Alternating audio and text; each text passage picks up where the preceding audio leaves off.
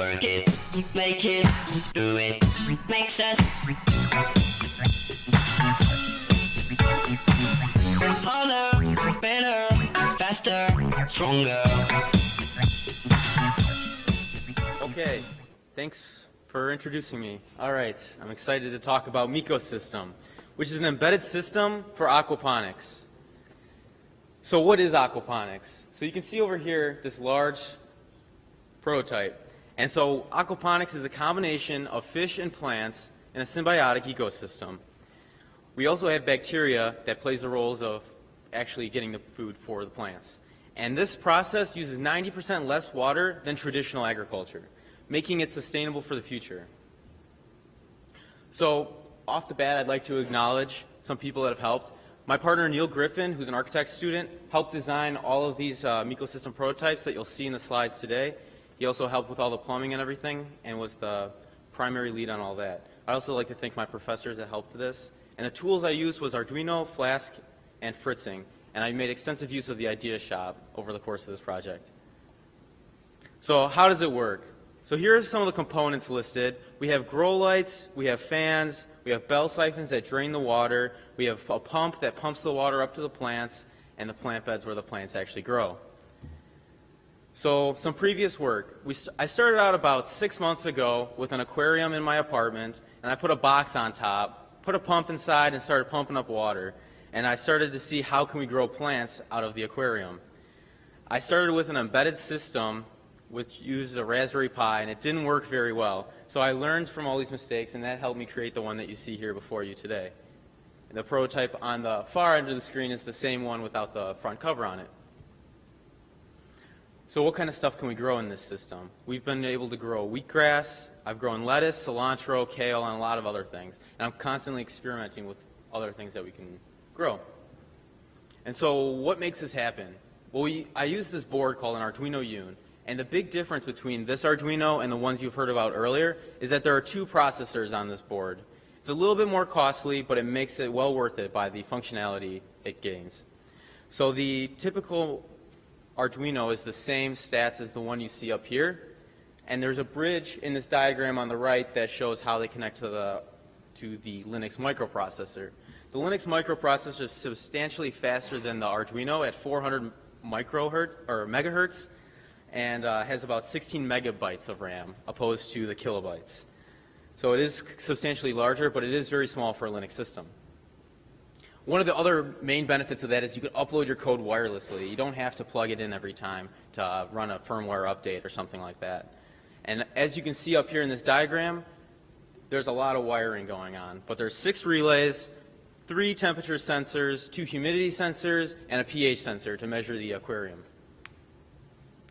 This is how we determine where everything gets plugged in. In the beginning of the Arduino file, there's a typical association of pins to Arduino, to sensors.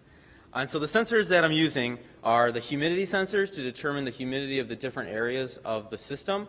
It's the DHT22 model that we've used in class this semester.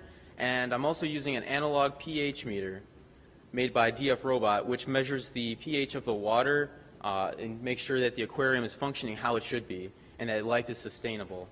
And lastly, these one-wire sensors are waterproof temperature sensors that are able to monitor the temperature of the water and of the plant beds.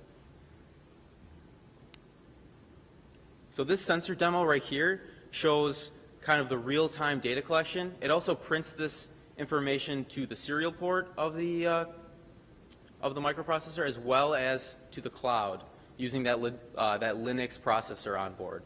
So you can see it'll cycle through. So here's the pH. It says 0 because it's out of water right now. The temperature in degrees Fahrenheit of the third sensor is 62. That's the pH sensor again. The humidity sensor is about 25 and 26 on each sensor. So you can see it cycles through this infinitely. Okay, so how do these relays work?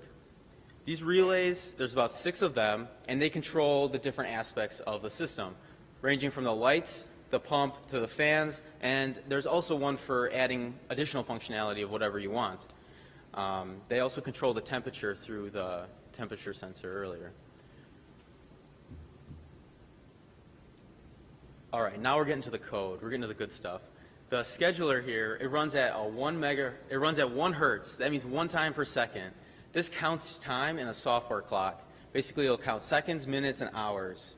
And so every 1 minute, it will tell the scheduler, hey, check if anything needs to be turned on. Check if our pump needs to run or our lights need to change.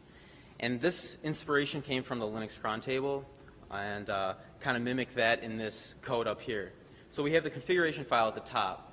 You tell what times you want your lights to turn on, how often you want to pump the water up to the plants and have it drain.